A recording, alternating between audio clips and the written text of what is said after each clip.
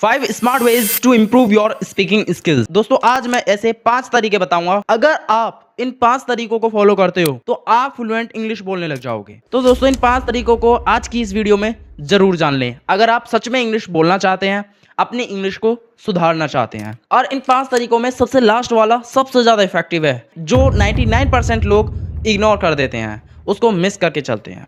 तो दोस्तों शुरू करते हैं, तो लेट्स गेट स्टार्टेड।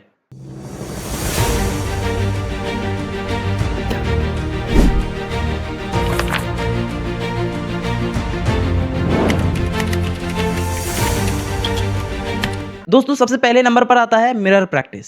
हाँ दोस्तों बिल्कुल, अगर आप अपनी कम्युनिकेशन स्किल्स को इम्प्रूव करना चाहते हैं या फिर फ्लुएंट इंग्लिश बोलना चाहते हैं किसी के भी सामने, तो ज़रूरी है कि आप मिरर प्रैक्टिस करें। कोई भी दोस्तों एक टॉपिक लीजिए, ठीक है, और उस टॉपिक पर बोलना शुरू करें मिरर के सामने। एक्चुअल में दोस्तों जब तुम किसी से बात कर रहे होते हो तो सिर्फ वर्ड्स नहीं बोलते, बल्कि तुम्हारा चेहरा, तुम्हारी आंखें, तुम्हारा पोस्चर सब कुछ बोल रहा होता है। तो प्रॉब्लम यह है कि हम प्रैक्टिस नहीं करते, हम अकेले प्रैक्टिस करने से डरते हैं दोस्तों। तो दोस्तों आज से ही 15 दिन आपको एक टॉपिक लेना है और मिरर के सामने किसी भी टॉपिक पर 20 मिनट 10 मिनट बोलना है दोस्तों।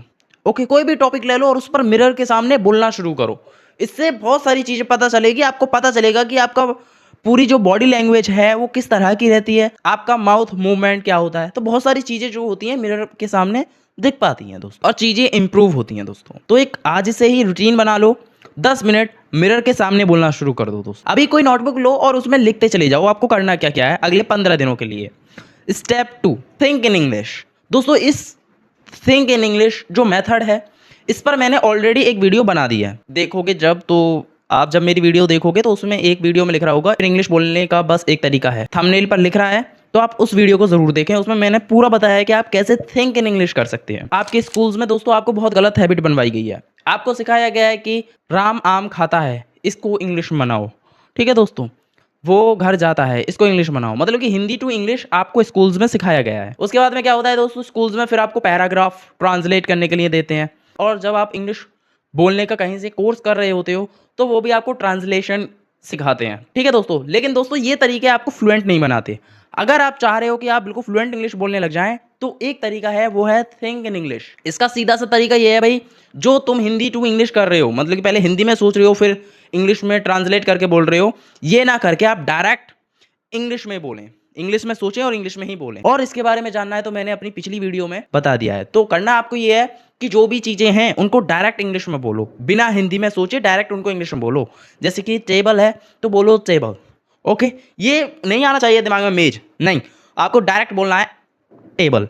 जब आप हिंदी बोलते हो, क्या तुम किसी और लैंग्वेज में सोचकर फिर उसको ट्रांसलेट करते हो हिंदी बोलने के लिए? नहीं करते, आप डायरेक्ट हिंदी में ही सोचते हो, हिंदी में बोल देते हो। ऐसा ही इंग्लिश के साथ करना है अगर आप फ्लुएंट इंग्लिश बोलना चाहते हो दोस्तों। स्टेप 3 बहुत ज्यादा जरूरी है, ये बड़े बड़े स्पीकर्स इसी तरीके से फ्लुएंट होते हैं, और वो है शैडोइंग टेक्निक। बिल्कुल दोस्तों, अगर आप शैडोइंग टेक्निक नहीं जानते तो इसका मतलब यह है कि जब आप कोई भी इंग्लिश कॉन्टेंट देख रहे हो, कोई भी इंग्लिश कॉन्टेंट कंज्यूम कर रहे हो, मान लो आप मूवी देख रहे हो, तो उसमें जो बंदा इंग्लिश बोल रहा है उसके साथ ही साथ आपको भी इंग्लिश बोलते जाना है।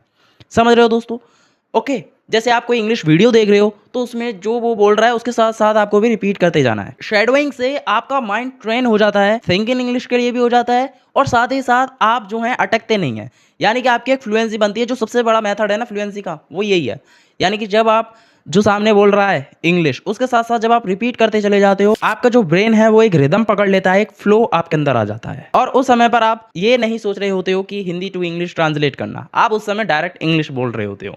तो स्टेप 3 मत भूल जाना। और दोस्तों स्टेप 4, ये बहुत ज्यादा जरूरी है, आपको क्या करना है, अपने साथ भी प्रैक्टिस करनी है दोस्तों। कोई भी एक टॉपिक ले लो और उस पर इंग्लिश बोलना शुरू करो। इसको आप कर सकते हैं 5 मिनट के लिए बोलते रहो किसी भी टॉपिक पर, ठीक है। अब इसमें कुछ चीजें आपको याद रखनी है। पहला, इसमें जब भी आप किसी भी टॉपिक पर जब आप बोल रहे हो तो आपको रुकना नहीं है, ठीक है। गलती होती रहे, कोई दिक्कत नहीं है, रुकना नहीं है बस। दूसरा रूल दोस्तों, अपनी वीडियो रिकॉर्ड करो और फिर उसको सुनो, ठीक है दोस्तों। आपको पता चलेगा कि आप कैसा प्रोनाउंस कर रहे हो, आप कैसे लग रहे हो इंग्लिश बोलते समय, इन सब चीज़ों के बारे में आपको पता चलेगा, खुद का एनालाइज कर पाओगे दोस्तों। रूल 3, फिर अगले दिन फिर ऐसे ही करो, सेम टॉपिक ले सकते हो या फिर आप नेक्स्ट कोई अलग टॉपिक ले सकते हो और उस पर एक वीडियो रिकॉर्ड कर सकते हो, ठीक है दोस्तों। तो दोस्तों ये एक्सरसाइज करती क्या है, ये तुम्हारे ब्रेन को प्रेशर में बोलने की प्रैक्टिस देती। तो दोस्तों अगले 15 दिनों के लिए जो भी मैं स्टेप्स बता रहा हूँ, इन सभी स्टेप्स को फॉलो करना है दोस्तों, तभी रिजल्ट दिखेगा दोस्तों। अगर मैं कोई भी ऐसी कोई बात कर जाऊँ, ठीक है, तो उससे तो देखो कोई फ़ायदा है नहीं। थोड़ा-सा देखो आदत बनानी पड़ेगी, ओके? आपको आदत बनानी पड़ेगी भाई, मेहनत करनी पड़ेगी। मैं भी तो कर रहा हूँ तुम्हारे साथ, तो आपको भी करनी पड़ेगी।